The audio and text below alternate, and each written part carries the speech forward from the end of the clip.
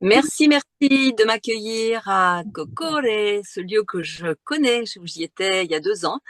Et j'ai eu vraiment grand plaisir à venir à Kokore. Et là, j'ai plaisir aussi à être en lien avec vous indirectement, mais aussi par le cœur. Merci à toi. Je te dis déjà que comme ça, c'est comme toi parler juste maintenant, c'est un peu trop vite pour notre traductrice. Donc, D'accord. je te rappelle, aller encore un peu plus lentement. Merci beaucoup. Come ti potrei definire? Ricercatrice della coscienza, Comment je peux parler, qu'est-ce que je peux dire de toi? Je peux dire rechercheuse de la conscience e avventuriera nell'anima. et une aventurier de l'âme. Quindi lascio a te la parola, Caranelli. Donc, je laisse à toi la parole. Buona continuazione. Bonne continuation. Merci beaucoup, Raphaëla. Merci. Merci à Claire aussi de traduire et de me dire si c'est trop rapide, mes paroles. Donc oui, je suis heureuse d'être là et je suis Nelly Kiel, aventurière de la conscience, comme j'aime le dire. Je n'entends pas le retour de la traduction en anglais, c'est normal parce que C'est no- c'est normal parce que je ne sais pas si elle a traduit ou pas traduit encore et si je peux continuer ou pas. oui, et tu vas pas l'écouter parce que D'accord. il est directement en Zoom. Donc, si tu vas lentement, Il faut que j'évalue la oui, traduction. oui, exactement. Mais si tu vas trop vite, je te le dirai. Ok, très bien. On a Nicolas Ducastel qui est en train d'entendre la traduction et il va nous guider. Oui, ok. Donc, vas-y. Très bien. Donc, j'entre vite dans le sujet de où je suis, parce que peut-être vous entendez la pluie sur le camping-car,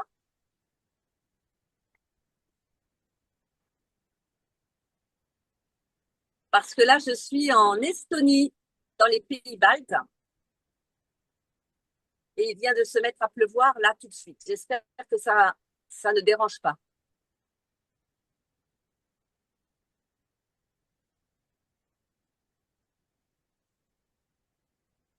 Donc oui, je suis une aventurière de la conscience. Et pour moi, cela a commencé il y a quelques dizaines d'années avec un cancer qui m'a ouvert une voie d'éveil, puisque cela a été un cancer avec une guérison dite spontanée ou étonnante ou miraculeuse, quels que soient les termes que l'on choisisse. Et cela m'a amené à aller toujours plus loin dans cet éveil de conscience, grâce à un travail sur soi qui dure encore aujourd'hui, pour moi-même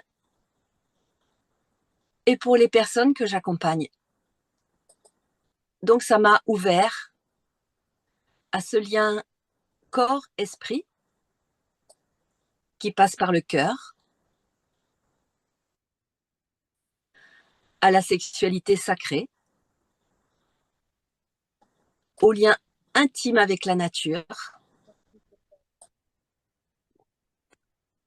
et à bien d'autres choses qui sont notées dans mon livre qui s'appelle Oser guérir son corps, son cœur, ses relations, sa sexualité et sa planète. Parce que lorsque l'on fait ce travail intérieur individuellement, cela permet de diffuser au niveau de notre humanité. Humanité. Et bien sûr, cela m'a amené au pranisme. Je me disais que la sexualité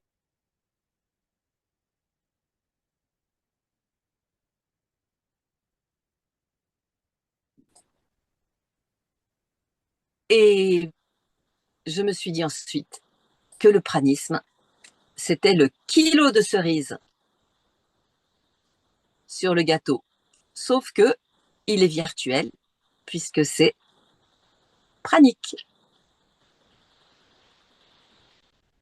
Donc c'est toujours un éveil de conscience. Pour moi, le pranisme,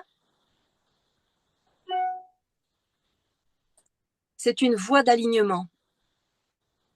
Donc ça demande un travail sur soi, continuel, pour ma part.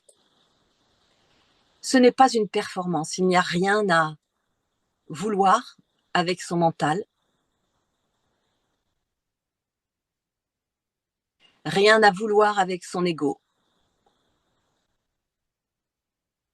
C'est juste l'association du souffle, de la respiration, de la conscience, qui nourrissent davantage. En tout cas, là où la nourriture matière ne nourrit plus. Puisque la nourriture matière ne nourrit que le corps physique, alors que la nourriture pranique nourrit tous nos corps et élève nos vibrations.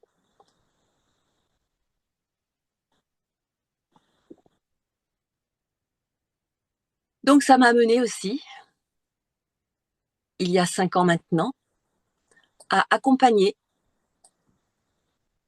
des processus praniques qui continuent toujours, le premier du mois, et pendant 21 jours. Au départ, c'était avec des zooms chaque soir, et maintenant, c'est 3 zooms par session de 21 jours, donc à distance, et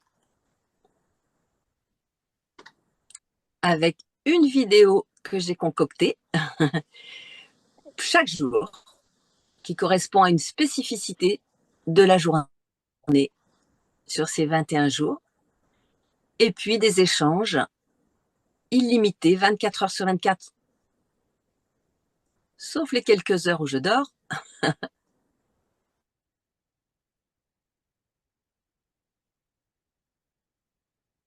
Cette formule super intéressante parce qu'elle permet à de nombreuses personnes de pouvoir participer facilement, simplement. Donc voilà où m'a amené ce processus, mais encore plus loin, puisque maintenant, j'accompagne aussi sur des lieux très spécifiques, comme fin août, ton éveil sur une terre sacrée dans la haute vallée de l'Aude, au mont Bugarache,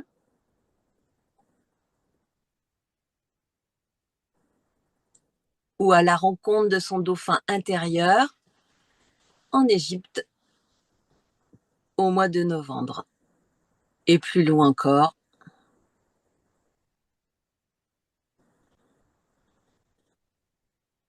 le désert marocain au mois de février. Voilà, donc le pranisme, pour moi, c'est vraiment une voie d'intériorisation, d'alignement, où nous allons chercher vraiment une autre source de vie. C'est vraiment un chemin d'incarnation.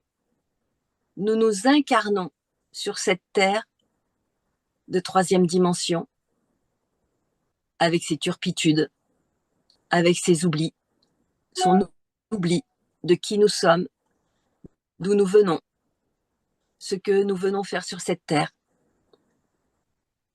Et pour arriver, pour ma part, sur ce chemin de pranisme, de remplacer cette nourriture matière par une nourriture subtile qui passe entre-temps par l'utilisation de liquides grâce à ce processus Nirara Samyama qui a été redécouvert par Swamiji Nityananda d'après les textes védiques d'il y a 5000 ans. Pour moi, c'est un chemin d'éveil. Et ce chemin d'éveil, ça ne se fait pas du jour au lendemain. On ne va pas sortir de son supermarché, ça, j'ai encore jamais vu. Hein. Une personne qui mange de la viande tous les jours et qui dit « Ah, aujourd'hui, je vais faire un processus pranique. » Ça, je ne le vois pas parce que ça demande d'abord de se délester de beaucoup de croyances, de limitations issues de nos enseignements qui sont souvent des modes passagères et qui ne nous aident pas à revenir en soi, au soi.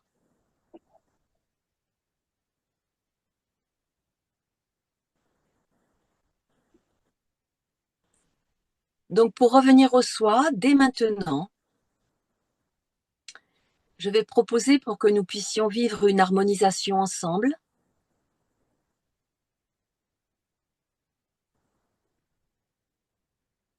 De pouvoir fermer les yeux si tu le veux bien, te relier à la terre par tes pieds,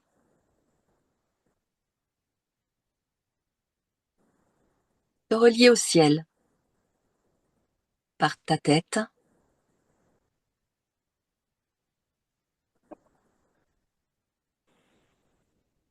puis te positionner dans ton cœur, au centre de ton être. Ce cœur vivant, vibrant,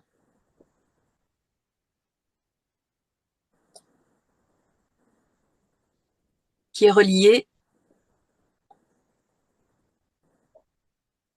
au cœur de la vie, au cœur de la terre, au cœur de l'univers. Et respire. Respire la lumière, inspire-la, expire tout ce dont tu n'as plus besoin.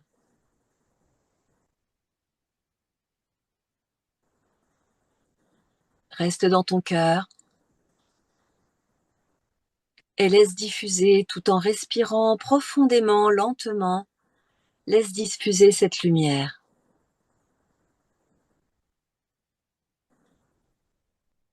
Dans chacun de tes organes, dans chacune de tes cellules.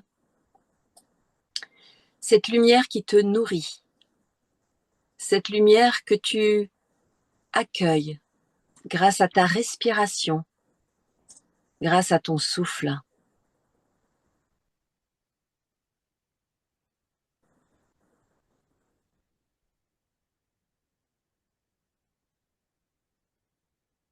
Merci à toi d'expérimenter. Tu peux doucement ouvrir les yeux si tu les as fermés. Et je voulais juste que nous expérimentions ensemble qu'être pranique, ce n'est pas uniquement cesser de manger, mais c'est aussi se nourrir autrement, se nourrir d'une autre énergie. C'est une nourriture intérieure par le souffle, par la lumière, par les vibrations de tout ce qui t'entoure. Ici, il y a de magnifiques forêts en Estonie, des forêts très habitées. Et c'est une nourriture. Hier soir, lorsque je suis rentrée de cette promenade en forêt, bien sûr que je me sentais remplie, apaisée, nourrie. Même pas besoin d'un peu de liquide. Tous mes corps étaient nourris. Et c'est un exemple de nourriture, mais Ça peut être du yoga, de belles lectures qui élèvent, de belles images, de la musique, tout ce qui va élever nos vibrations.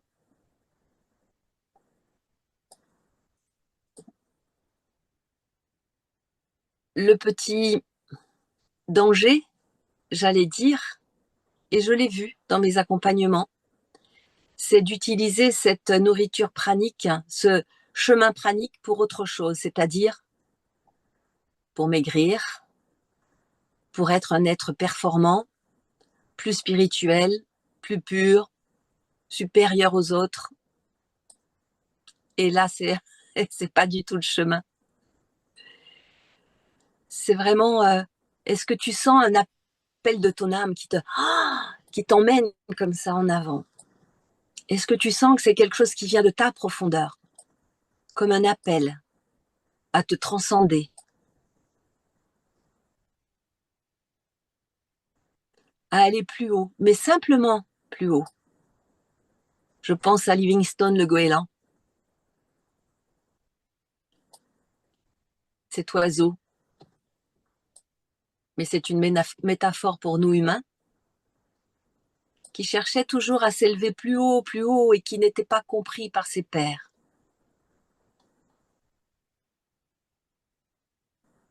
C'est juste un choix.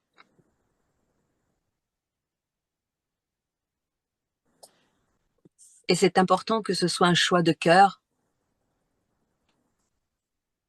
un choix d'esprit.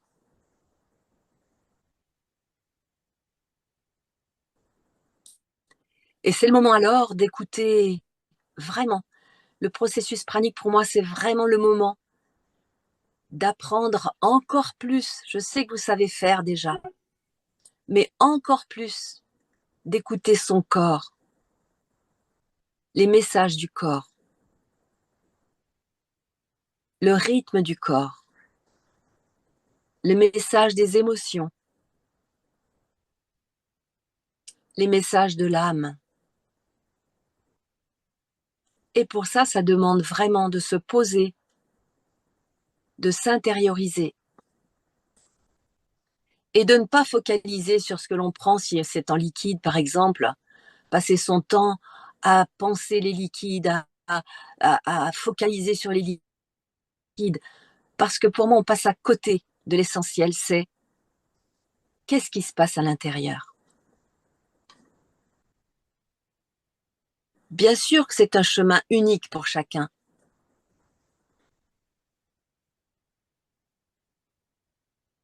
Mais ce que j'observe, c'est qu'il y a des étapes vraiment émotionnelles, des étapes vibratoires, des étapes physiques, et qu'il est important de les écouter. Et c'est là où je me régale, si je peux dire, en tant que psychothérapeute holistique, car j'accompagne ces prises de conscience, ces décharges émotionnelles, pour mettre de la lumière sur ces expériences d'aujourd'hui pendant ce processus, mais aussi faire le lien avec les blessures émotionnelles du passé. Et pour commencer déjà, sur les blessures émotionnelles de notre petit enfant intérieur, qui rejaillissent de manière extraordinaire sur l'adulte que nous sommes et qui nous empêchent, tant qu'on n'en a pas conscience, d'être cet être extraordinaire, libre, joyeux, aimant, qui accepte d'être aimé.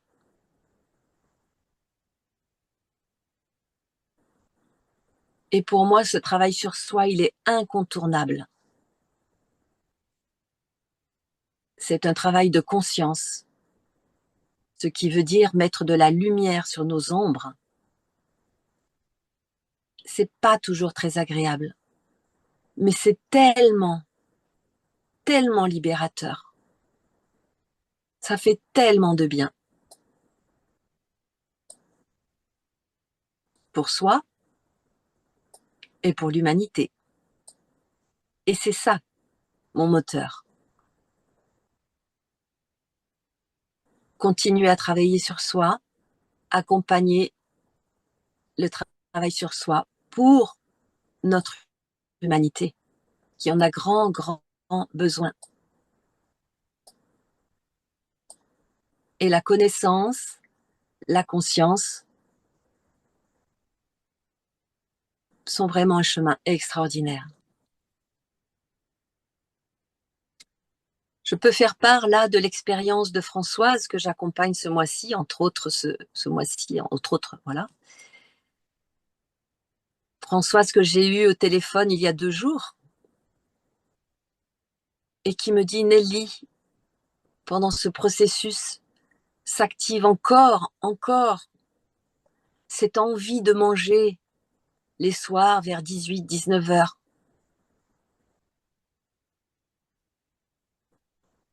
Et là, je ne sais plus quoi faire, donc je t'appelle.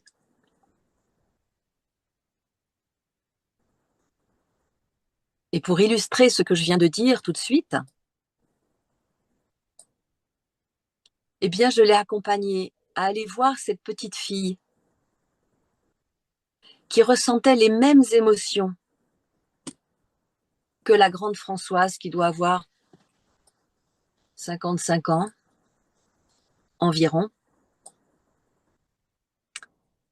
Eh bien, en lui faisant détailler ses émotions d'aujourd'hui et voir à quel moment elle ressentait ces mêmes émotions de solitude, de désarroi, eh bien, elle s'est connectée directement à sa petite fille de 6 ans. Lorsque papa, maman, de par leur travail d'agriculteur, allaient s'occuper de la ferme. Et elle se retrouvait non pas complètement seule avec sa grand-mère, mais quand elle interroge cette petite fille qui lui dit se sentir seule, du manque d'amour, de présence, de compréhension de papa et maman qui font ce qu'ils peuvent, certes, mais en tout cas, cela ne correspond pas aux besoins d'un petit enfant de 6 ans. Qu'est-ce qu'elle fait, cette petite fille de 6 ans? Elle me dit elle-même d'ailleurs, je me venge sur le plateau de fromage. Vous entendez le mot se venger. C'est un état de guerre parce que c'est un état de désarroi. Et là, dans ce processus pranique, elle connecte ça. Et c'est le moment pour aller guérir cette petite fille. Et vous savez, que ce soit réel, imaginaire, virtuel ou symbolique, pour notre cerveau, c'est la même chose. Donc, c'était le moment pendant ce processus, il y a 2 jours, d'aller guérir cette petite fille. Comment? Eh bien, je l'ai accompagnée à lui parler et à lui dire que cette grande Françoise du futur vient la soutenir. Lui dire qu'elle comprend qu'elle se trouve seule, isolée, triste, désemparée, en colère, puisqu'il y a ce mot de vengeance. Il y a de la colère aussi. Et là, cette Françoise s'est mise à pleurer vraiment fortement parce que c'était des pleurs de libération de cette petite fille qui souffrait depuis tant d'années de cette solitude. Et chaque soir, elle se remplissait depuis 55 ans de cette nourriture sans savoir que c'était une compensation à une souffrance du passé.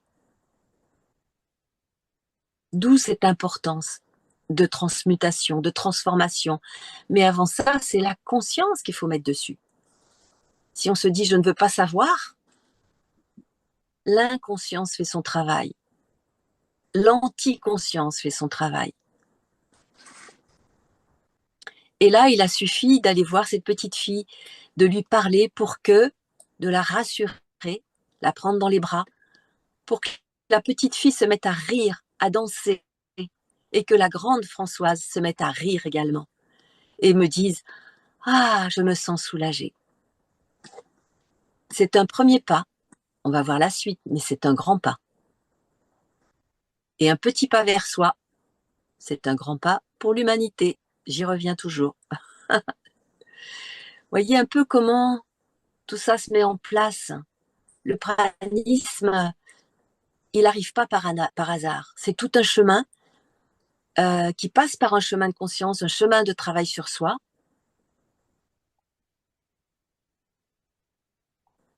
Et qui demande encore à continuer, à continuer. C'est une histoire de souffle. Parce que ce sera jusqu'au dernier souffle ce travail sur soi. Ne croyons pas qu'il y a des vacances. Moi, j'ai cru à un moment donné que ça pourrait se calmer. Mais pas du tout. Ça demande un engagement profond. Et le chemin praniste, c'est ça. C'est un engagement profond. J'y arrive pas, ok. Mais l'important, c'est son engagement.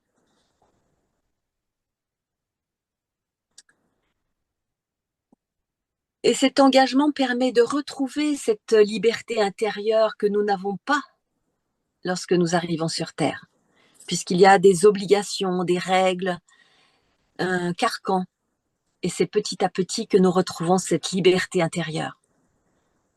Et le chemin pranique est vraiment un chemin extraordinaire pour ça. Cela demande de la confiance. Et si tu ne l'as pas, vois tout ce que tu peux mettre en place pour développer ta confiance. Ça demande une écoute subtile de ce monde, pas l'écoute des réseaux sociaux ou des médias, pas du tout, une écoute subtile. Et ça demande de se connecter à cette nature qui est là autour de moi et d'écouter, de regarder ce que l'on ne voit pas habituellement. Nelly, Et ça demande aussi un ancrage dans la matière. Nelly, Oui, oui, Mathéo, c'est le moment. je veux juste, non, je veux juste te rappeler d'aller un peu plus lentement. Merci. Dans ces derniers instants, tu allais aller un peu trop vite pour notre traductrice. Merci beaucoup. Tu veux que je répète la dernière chose? Non, je pense que c'est bon, tu peux continuer. Juste un peu Excusez-moi, plus lentement. me laisse emporter. Merci. Alors, je pense que ça va être le moment des questions.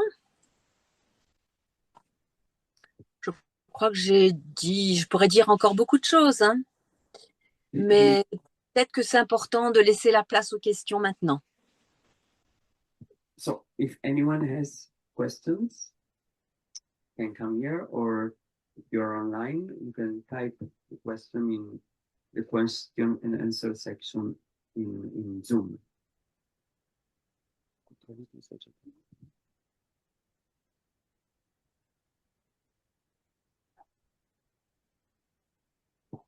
On n'a pas de questions au moment, pour l'instant, Nelly.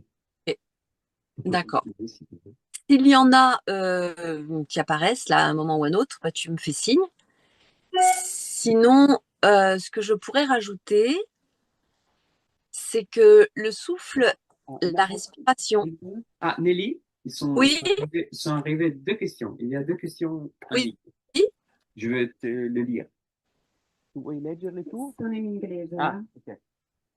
Alors, je te le traduis.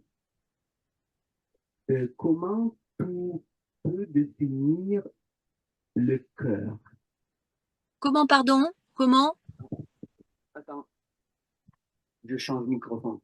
Comment, Oui, je n'entends pas. comment tu pourrais définir, décrire le cœur? Hmm. Ok. Comment définir le cœur? Quand je parle du cœur, c'est revenir là, ici, là, vraiment, c'est le plexus cardiaque. C'est vraiment le centre de notre être. Et il est différent de ici, notre mental, qui réfléchit, qui analyse, qui dissèque.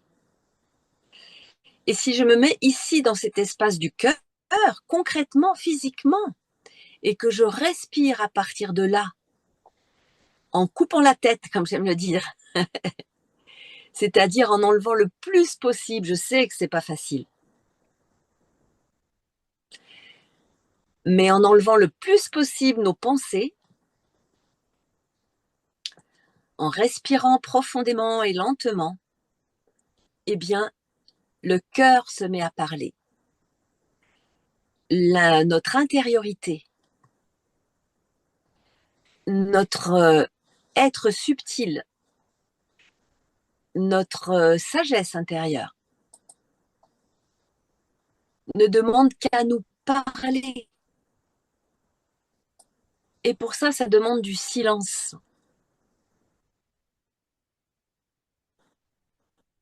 Donc, pose-toi dans un endroit de la nature. Soit tu regardes une fleur, un arbre, tu portes ton attention sur ton cœur, tu respires, tu ne penses à rien. Chaque fois qu'une pensée vient, tu la laisses passer. Tu lui dis, je reviendrai à ça tout à l'heure. Et tu respires dans ton cœur. Et là, tu vas percevoir le monde d'une autre manière. Et tu vas recevoir des informations de ton cœur et de ta conscience. C'est un lieu d'amour. Et ça, on ne nous l'enseigne pas à l'école. C'est à nous de chercher ça. C'est vraiment un lieu, ce cœur, qui est relié au cœur de l'univers, à la sagesse de l'univers, à la sagesse de l'infiniment petit, à la sagesse de l'infiniment grand. C'est très concret. J'étais en train de parler de l'ancrage. Oui, c'est important de s'ancrer dans une vie très concrète. Parce que les pieds sur terre, bien ancrés dans la vie concrète, la tête dans les étoiles et le cœur, en fait, ça parle de joie. Voilà, s'il y a une autre question ou s'il y a une précision, je pourrais... Est-ce que j'ai répondu à la question? On a d'autres questions. Ok, allons-y. Je vais les traduire.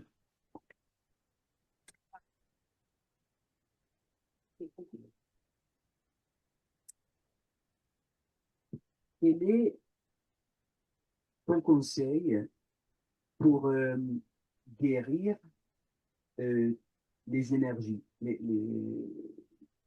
tes énergies? Je pense que c'est pour avoir plus d'énergie, pour guérir euh, ses propres énergies. Euh, Ça veut dire mémoire passée, patron, densité des gens, la densité, la lourdeur des gens, etc. Ok, je vais reformuler ce que j'ai compris. Alors, comment guérir? Et vous me direz si c'est ça, comment guérir des énergies qui peuvent être lourdes, soit à l'intérieur de soi, soit de ce qui est à l'extérieur de nous. Ça pourrait être ça? Oui, oui, tout à fait. Ok. Eh bien, il n'y a plus qu'à se mettre au boulot, hein. Ça rejoint toujours le travail sur soi. Aller guérir le plus possible tes blessures intérieures. aller guérir le plus possible ce qui te met en colère, ce qui te met en tristesse, ce qui te met en haine, ce qui te met en déni de tes émotions. Parce que ça aussi, si tu te dis tout va bien,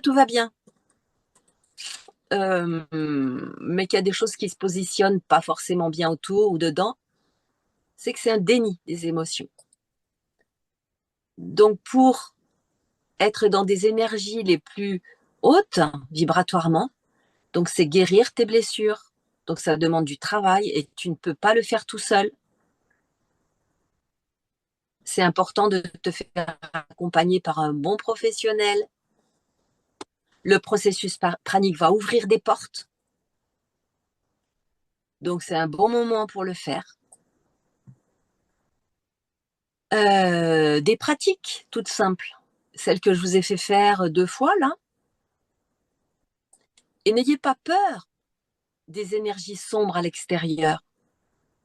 Parce que ces énergies sombres, certes, c'est important d'en être conscient, elles sont là, mais elles ne sont que le reflet de ce qui se passe à l'intérieur de soi. Donc oui, être vigilant, vigilante de ne pas aller dans des lieux avec énormément d'énergie sombre, parce que le job, il sera à faire de manière plus importante encore, et aller le plus possible dans des lieux plus purs, plus légers, plus joyeux. Et rencontrer des personnes de ces vibrations-là. Parce que si tu évolues dans des marécages avec des personnes qui sont aussi dans des énergies lourdes et que tu ne fais pas ton travail intérieur, forcément, tu vas attirer à toi ces mêmes énergies. Et inversement, je l'ai dit tout à l'heure. Est-ce que ça correspond à cette question? Je crois oui. Yes. En tout cas, merci pour ces questions qui sont très, très pertinentes. Il y a une autre question, je vais la traduire. Quels sont tes plus grands défis? Quels sont, pardon Mathéo?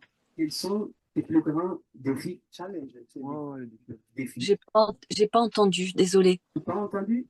Quels Non. sont tes plus grands défis? Tu entends?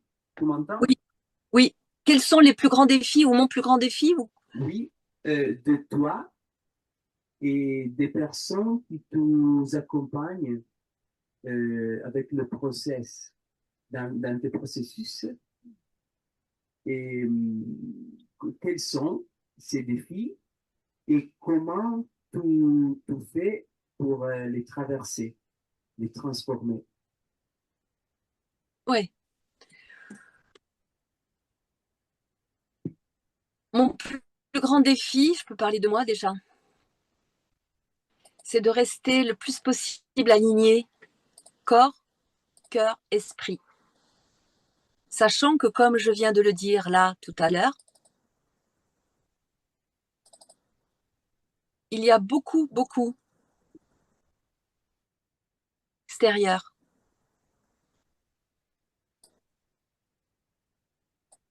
Pour ne pas rester aligné.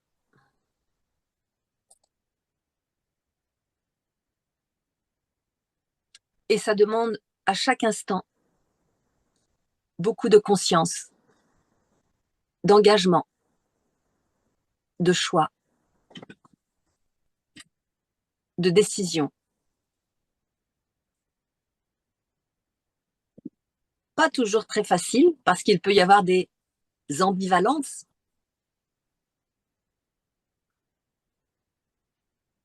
Et ce défi pour moi sur Terre, c'est vraiment d'aller le plus loin possible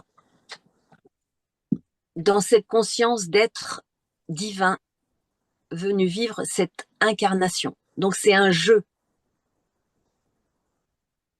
entre vivre pleinement cette incarnation, très dans l'ancrage, très dans la lourdeur, tout en restant connecté à cette lumière, à cet amour. De moi-même d'abord, ça passe par soi en priorité. Et d'ailleurs, dans mon livre Oser guérir, la troisième clé d'auto-guérison, c'est je m'aime. Donc je suis. Et ensuite, j'aime l'autre, j'aime la vie, donc je suis. C'est vraiment une histoire d'amour et de conscience. Et comment je fais? Ben, ce que je viens de dire tout à l'heure, dans la précédente question. Le plus possible. Et je ne dis pas que j'y suis arrivée et que j'y arrive toujours. Mais c'est là où je porte mon attention. Et pour les personnes que j'accompagne, je dirais, bon, je peux pas, elles sont pas là, je peux pas leur poser la question. Mais je dirais qu'elles sont sur ce même chemin d'élimination de tout ce qui est inutile, de tout ce qui est mensonge de cette réalité, pour aller de plus en plus vers, comment dire, je trouve pas le mot, une épuration, que ce soit au niveau du corps, justement, au niveau des émotions, donc du cœur, et au niveau du mental. Voilà ce que je pourrais dire. Si ça répond à la question, encore une fois. Oui, oui, oui. Merci beaucoup, Nelly. Il y a une autre question, c'est en français, donc Voilà. on a Nicolas qui va te la lire. C'est Nicolas qui pose la question? Non, c'est Nicolas qui l'a dit. Bonjour Nelly, merci pour ton partage. Hello, hello. On se connaît? Dis-moi, qui? C'est Nicolas Ducastel. Ah ouais, ok. Bonjour Nelly, merci pour ton partage. Voici ma question. À partir de quel âge peut-on devenir famille? Dès la naissance, penses-tu que ce soit possible? À partir de quel âge peut-on faire un processus pranique, tu dis? Devenir famille, pardon. Oh, j'entends pas bien, tu es loin du micro. Non, je sais pas. À partir de quel âge peut-on devenir pranique? Dès la naissance, penses-tu que ce soit possible?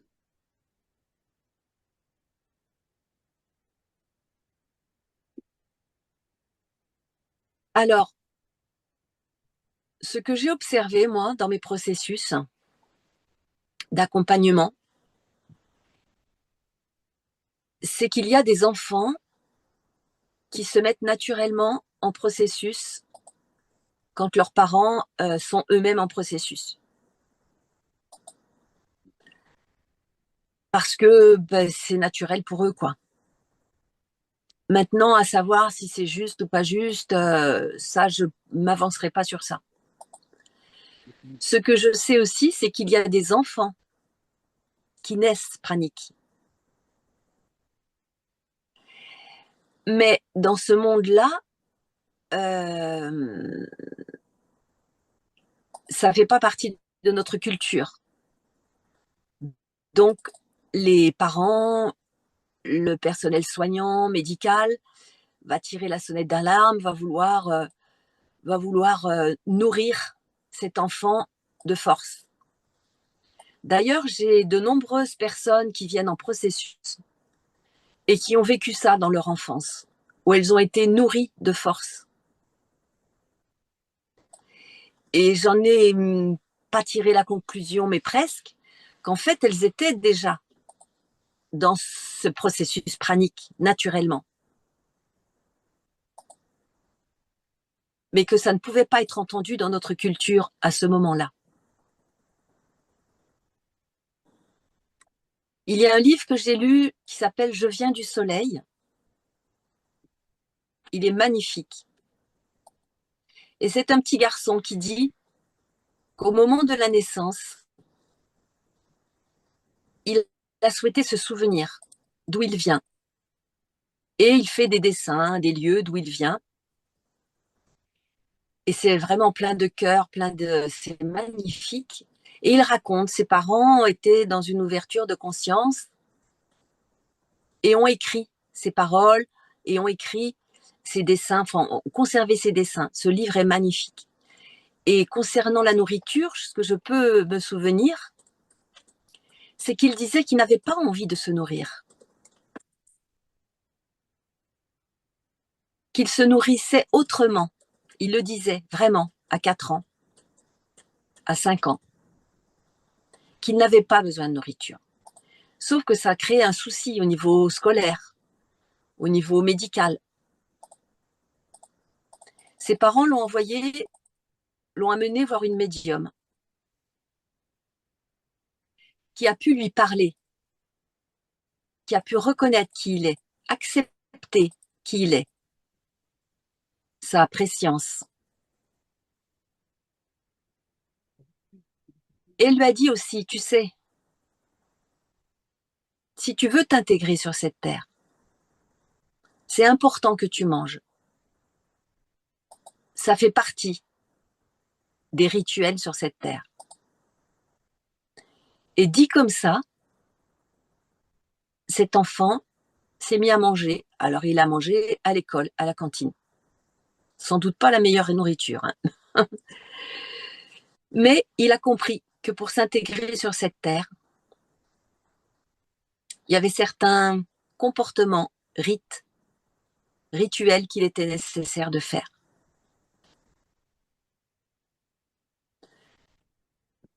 Voilà ce que je peux dire. Oui. C'est OK pour toi, Nicolas?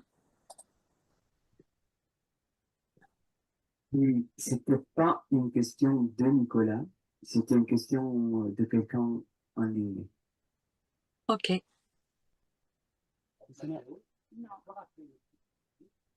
Est-ce que tu peux me lire, rappeler le titre du livre que tu as juste, dont tu as juste parlé avant? Oui, je viens du soleil. Écrit par qui? Je ne me souviens plus du nom. Il habite en Amérique latine. Je vais regarder là, si je peux retrouver le nom. Et il fait des conférences maintenant que je ne peux pas écouter parce que c'est en espagnol. Je l'ai retrouvé, c'est quelqu'un qui a une quarantaine d'années là maintenant. À l'époque, il avait 4-5 ans, quand ses parents ont retranscrit ses écrits. C'est un livre magnifique. À une époque, il était plus édité. Et moi, je l'ai retrouvé, ce livre, je l'ai retrouvé d'occasion. Flavio Cabobianco. Flavio Cabobianco, C-A-B-O-B-I-A-N-C-O.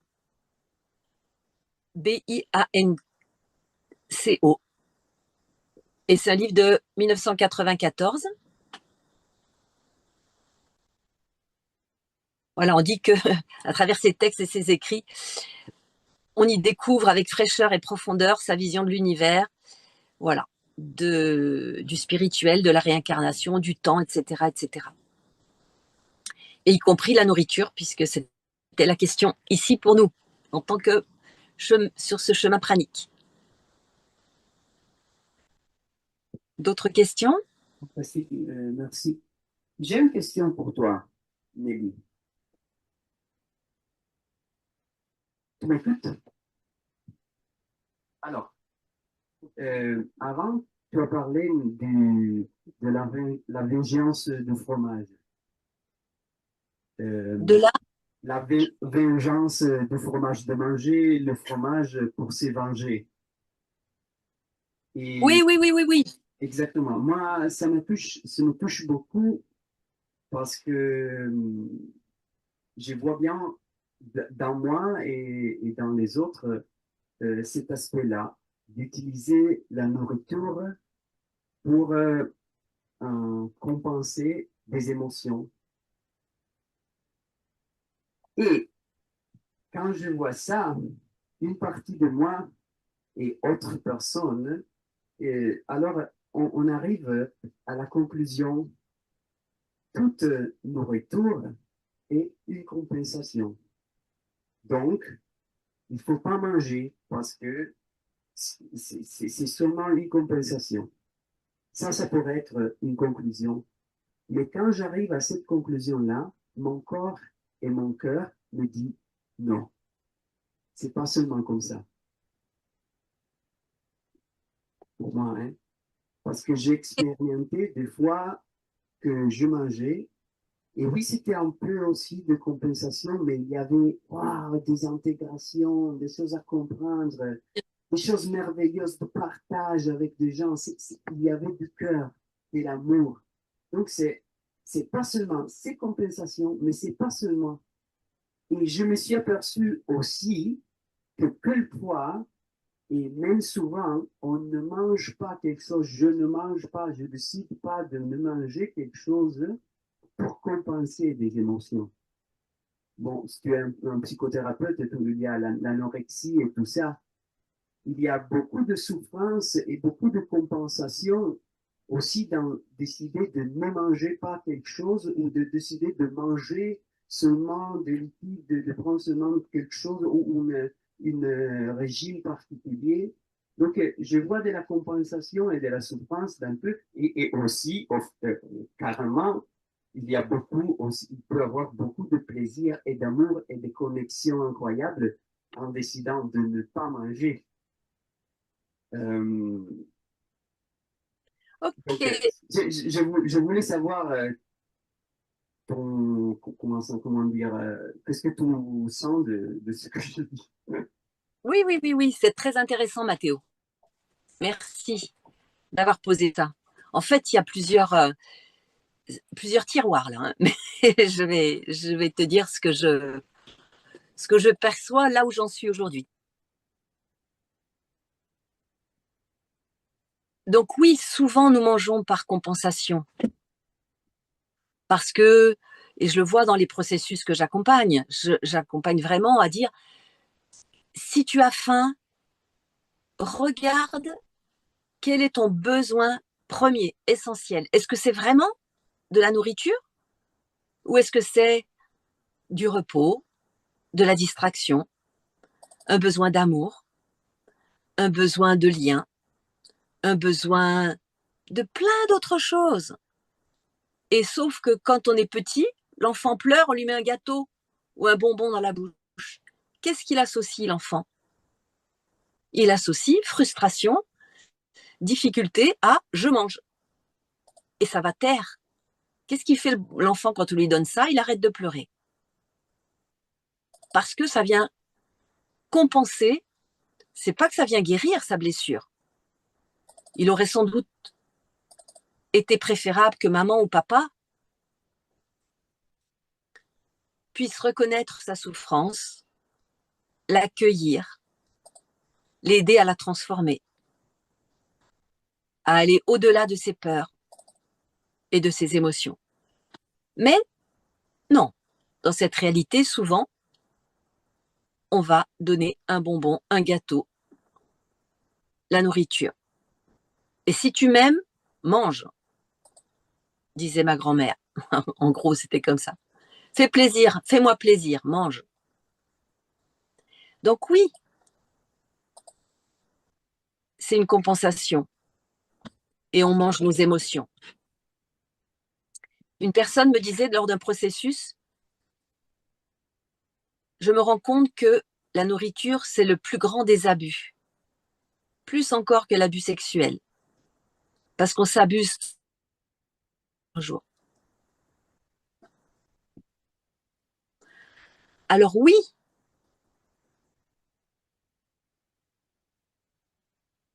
la nourriture peut être un moment d'échange avec d'autres personnes et de plaisir avec d'autres. Mais combien d'entre nous, dans des chemins spirituels, praniques, ont pu expérimenter qu'on peut être au restaurant avec des amis ou à un anniversaire ou à une fête et qu'on peut prendre un jus de tomate, je sais pas moi, un gazpacho, un jus de fruits et qu'on participe mais pleinement à la fête. Les gens posent la question ou pas, et quand tu poses la question et tu dis bah oui, aujourd'hui j'ai besoin de ça, bah, très rapidement, ils sont focus sur l'alimentation et leur verre de vin, ils ont vite oublié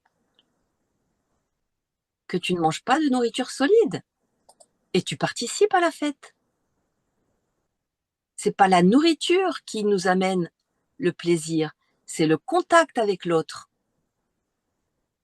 Et là encore, dans cette réalité, on a tout mélangé.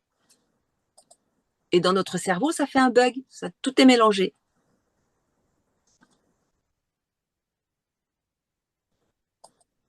Oui, il peut y avoir du plaisir à pas manger.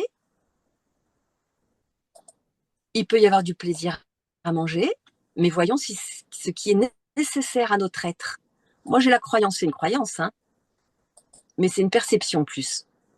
Que dans quelques temps sur cette planète, peut-être dans 100, 200, 2000 ans, nous n'aurons plus besoin de nous nourrir, mais collectivement, de nourriture solide, voire même de liquide.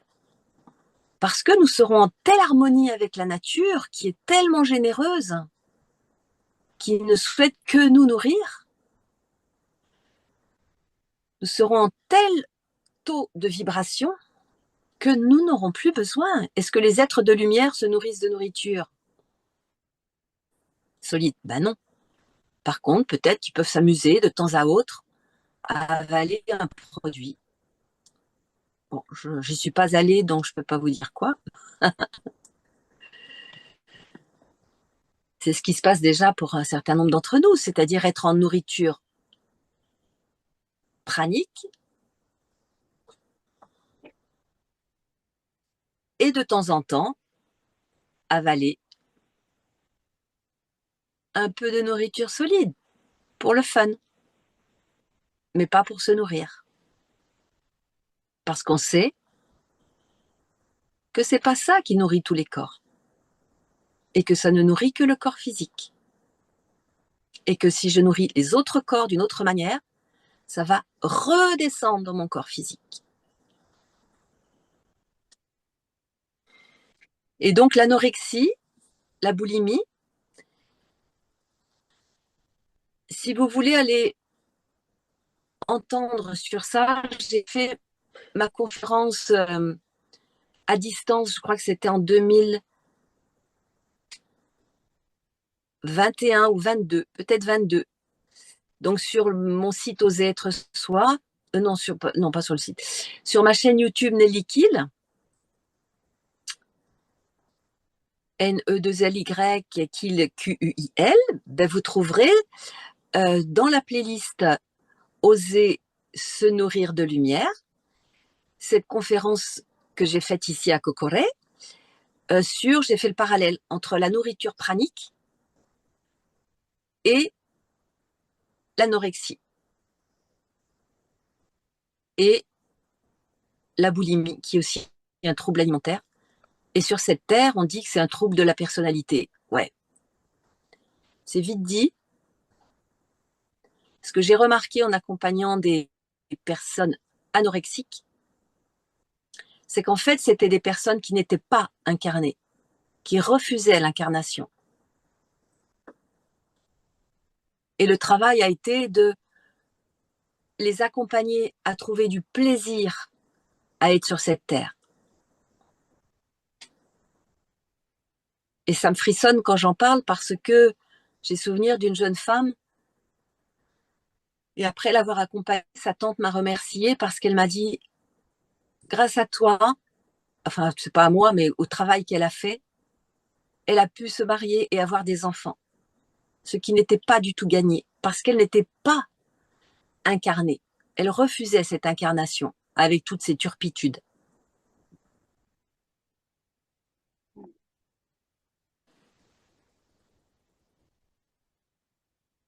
Moi-même, j'ose le dire, j'ai traversé une période d'anorexie et avec du recul, donc anorexie, boulimie évidemment, et avec du recul, je me rends compte maintenant que c'était vraiment un désir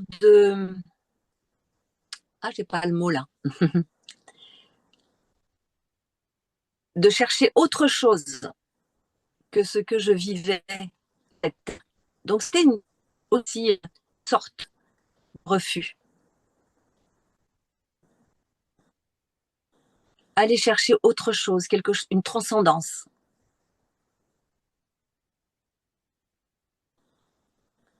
Et c'est ce qui m'a amené au travail sur soi. Reconnaître le mal-être et aller mettre de la lumière, de la compréhension, des processus de transformation. Mais si on médicalise, si on psychiatrise, si on enferme les anorexiques, si on les coupe de leur famille, comme c'est souvent le traitement là, bah, elles peuvent passer à côté de la connaissance d'elles-mêmes. Je dis elles parce que ce sont souvent des femmes.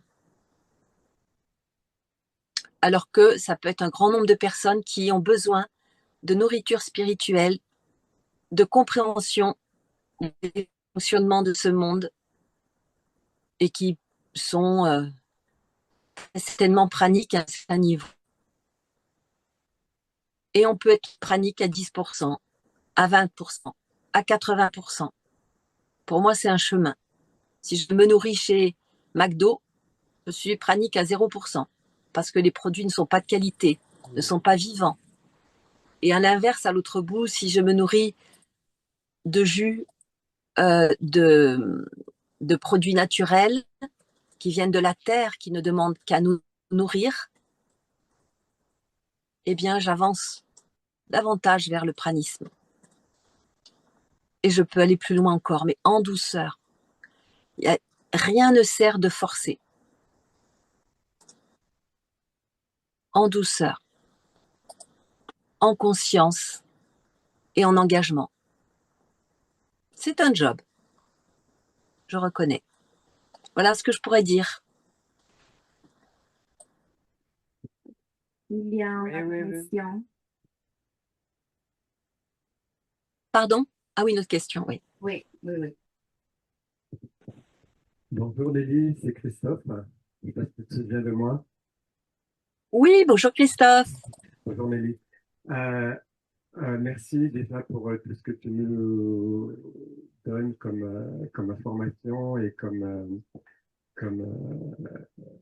beau partage.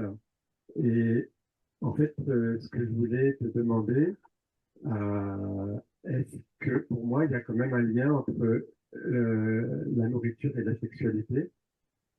Et je voulais savoir si, parce que tu parles que finalement, si je comprends bien, on est orienté vers une vie sans nourriture finalement, parce que tu projettes que dans quelques décennies, siècles ou millénaires, on pourrait être des êtres de lumière qui n'ont pas besoin de se nourrir ni de liquide ni de solide.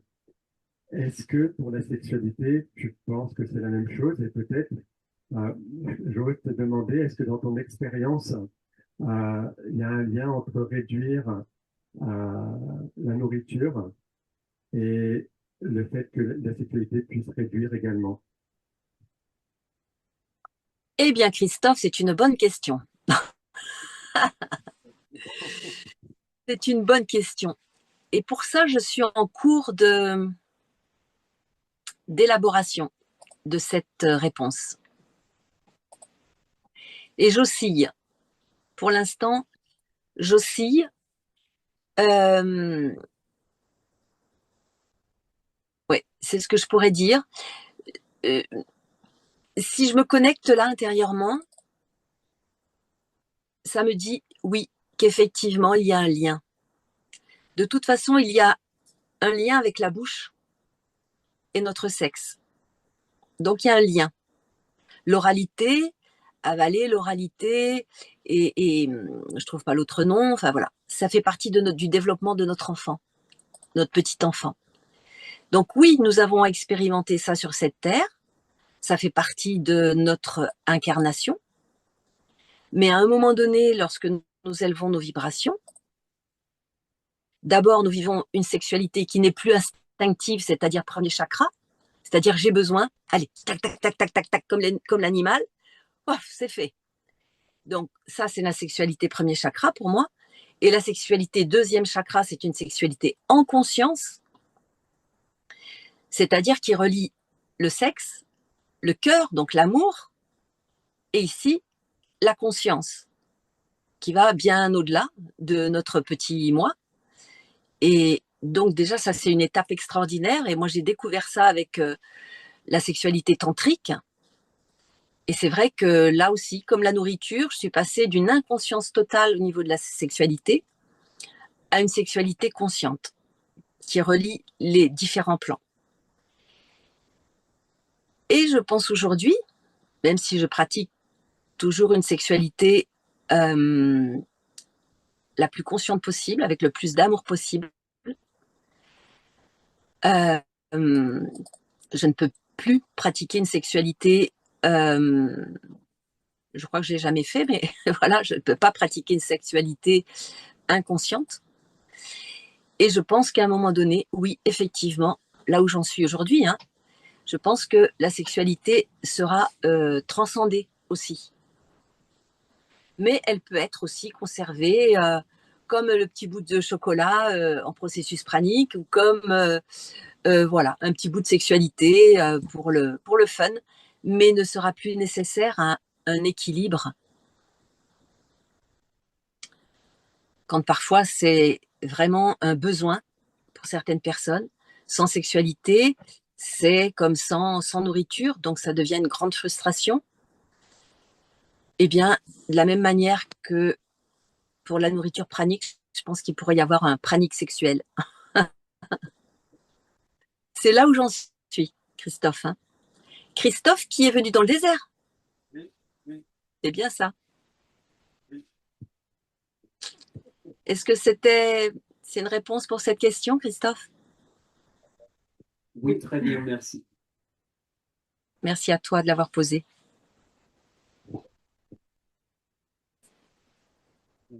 Merci Nandi.